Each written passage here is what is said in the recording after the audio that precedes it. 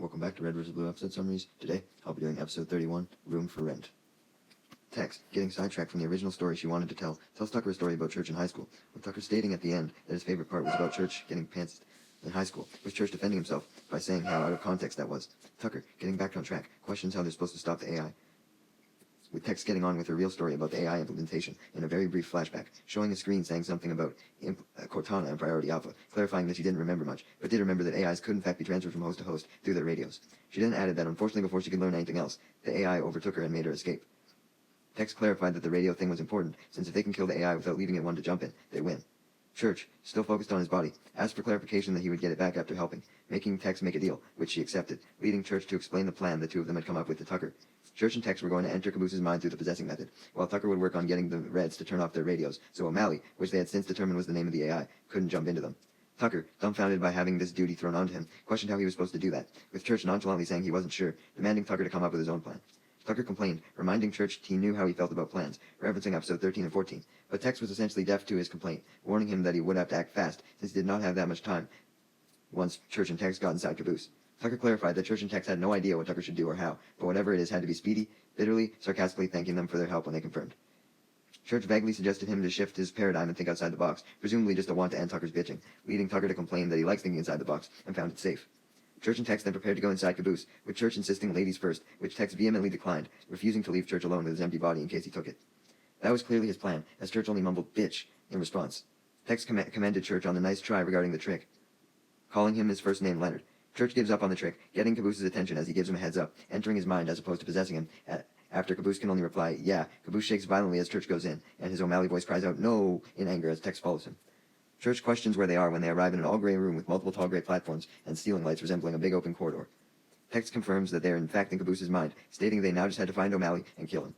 Church then comments how weird this is, with Tex responding how it takes a while to get used to someone else's mind. Church responds that he's not weirded out by being in the mind. He's weirded out by how big Caboose's mind is, obviously expecting it to be extremely smaller. Meanwhile, back in the physical world, Church's words, "This place is a whole lot bigger than I thought it would be," are said aloud, appearing to be said by Caboose. This confuses Tucker, who simply asks Caboose if he's holding up okay, calling him buddy. Tucker then informs Caboose that he's going to take Sheila and Lopez and find some way to get the Reds to turn off their radios. Caboose has no reaction still, with Church and Tex possessing him, only saying, "Where do we start, Tex?" Still saying Church's words aloud, much to Tucker's confusion. Back in Caboose's mind, Church had asked the question Caboose just repeated, with Tex instructing him to just stay put and keep his eyes peeled, stating that she guaranteed O'Malley would come looking for them. Church then spotted Tucker, questioning if it was really him. Tucker, in quotes, responded bitterly and sarcastically, "No, are you stupid?" before correcting himself, stating that he was himself, and that he should have realized that, calling himself stupid. Church angrily asked Tucker what he's doing in Caboose's mind, reminding him of his orders. Tucker ignores this, simply asking Church if he had any food, stating how much he loved it. Church is extremely confused by this point, bitterly questioning what was wrong with Tucker. Tex then informs Church that this Tucker isn't actually Tucker, but instead Caboose's mental image of Tucker, as this Tucker states how stupid he is, self-deprecating himself. Church sarcastically states how great that is, assuming that everyone they meet is going to be as dumb as Caboose is. Just then, Caboose walks up to them, telling him not to be so sure about that, calling Church Mr. Church. Meanwhile, inside Red Base, Sarge and Griff were talking, with Griff stating he agreed with Sarge on something, calling it a great idea, but then Donut ran in, informing the two of them that they might have a potential problem, stating that somebody, not wanting to say who, may have thought that one of the parts needed for Simmons' surgery was actually a cup holder, and this same person, who he still didn't want to name, might have left it along with their favorite smooth jazz compilation CD inside the remains of the Warthog. Donut, for a third time, stated he didn't know who would do something like that, with Griff not falling for the obvious lie, accusing Donut of being the one.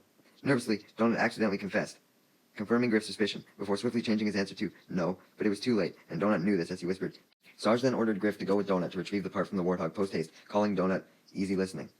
Griff responds by questioning if it was really safe to be outside, reminding him the Blues could have fixed their tank by now and could be on their way. Sarge confidently denied, shrugging off Griff's concern with the phrase, corn dogs, saying that even with Lopez's assistance, it would take them months to get the tank working and especially moving.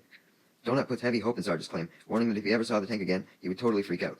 Coincidentally, outside Blue Base, Tucker, standing with Lopez and Sheila, states that he hopes the Reds won't immediately totally freak out when they spot him, as the end of the Blood Gulch theme plays in the background of the episode.